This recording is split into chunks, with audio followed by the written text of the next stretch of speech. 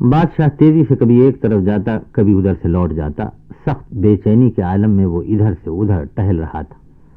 آخر اس نے ایک شاہی ملازم کو بلایا، حکم دیا کہ ابھی جاؤ اور مجد الدین کو بلا لاؤ۔ مجد الدین یا عز الدین ابن اسیر کا نام تھا، مشہور مورخ جنہوں نے تاریخ کامل لکھی۔ یہ تاریخ 12 جلدوں میں ہے، اس میں حضرت آدم سے لے کر 12 سے 31 عیسوی تک کے حالات لکھے ہیں۔ ایک انگریز مورخ براؤنی سے دنیا کی تمام تاریخوں میں ممتاز مقام دیتا ہے۔ ابن اسیر والی موصل کی طرف سے سفیر بن کر دربار خلافت میں بھی عرصے تک کارگزار رہے۔ بے چینی سے ٹہلتے ہوئے ابن اسیر کو والی موصل سلطان بدر الدین ہی نے طلب کیا تھا۔ جیسے ہی وہ خدمت شاہی میں حاضر ہوئے، بدر الدین نے ان سے کہا کہ مجھے ایک بھروسے کے آدمی کی ضرورت ہے، ایسا آدمی کہ جو نہ داموں بک سکے نہ ڈرانے دھمکانے سے راز کی بات اگل دے۔ وہ اللہ سے ڈرنے والا، دھن کا پکا، زبان کا سچا اور دین کا پکا بھی ہو، کیونکہ جو واقعی دیندار ہوگا وہ عہد پورا کرنے والا ہوگا۔ امانت و دیانت یہی نہیں کہ آدمی روپے پیسے کے لین دین میں کھڑا ہو، کسی کے راز کو راز رکھنا بھی امانت ہے۔ دوسروں پر بہتان نہ لگانا، جھوٹی خبریں نہ اڑانا بھی امانت و دیانت ہی ہے۔ کوئی ایسی بات سننا جو کسی کی بدنامی کا باعث ہو تو اس وقت تک جب تک صحیح بات کا پتہ نہ لگ جائے ایسی بات بیان نہ کرنا بھی امانت و دیانت ہے۔ ہر گھر، ہر دفتر، ہر مملکت کے کچھ راز ہوتے ہیں، انہیں راز باقی رکھنا بہت بڑی امانت ہے۔ جب کوئی اپنے راز میں آپ کو شریک کرے تو پھر آپ کو یہ اختیار نہیں کہ آپ کسی کے سامنے اسے بیان کریں۔ آپ یہ نہیں کہہ سکتے کہ میں نے یہ راز تو صرف ایسے آدمی کو بتایا جو میرا گہرا دوست ہے یا میرا بھائی ہے، وہ اس راز کو راز رکھے گا۔ راز ایک عہد ہوتا ہے، اسے توڑا نہیں جا سکتا۔ جو یہ غلطی کرے وہ دنیا میں بھی جواب دہ ہے اور اللہ تعالیٰ کے پاس بھی جواب دہ ہے۔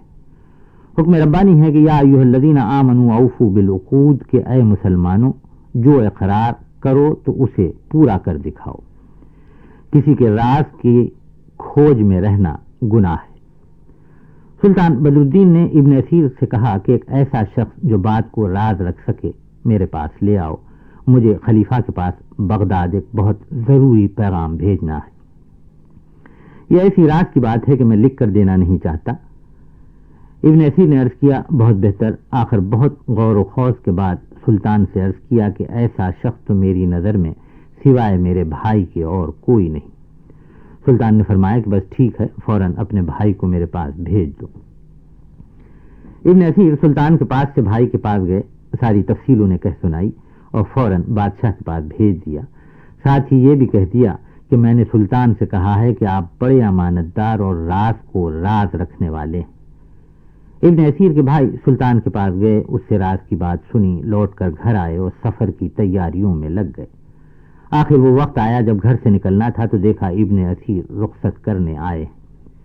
ابن اسیر نے آتے ہی پوچھا کہ تفصیل سے بات ہوئی؟ بھائی نے کہا ہاں۔ پوچھا فوراً جانے کے لیے کہا ہے؟ جواب ملا کہ ہاں۔ ابن اسیر نے پوچھا سلطان کیا کہتے تھے؟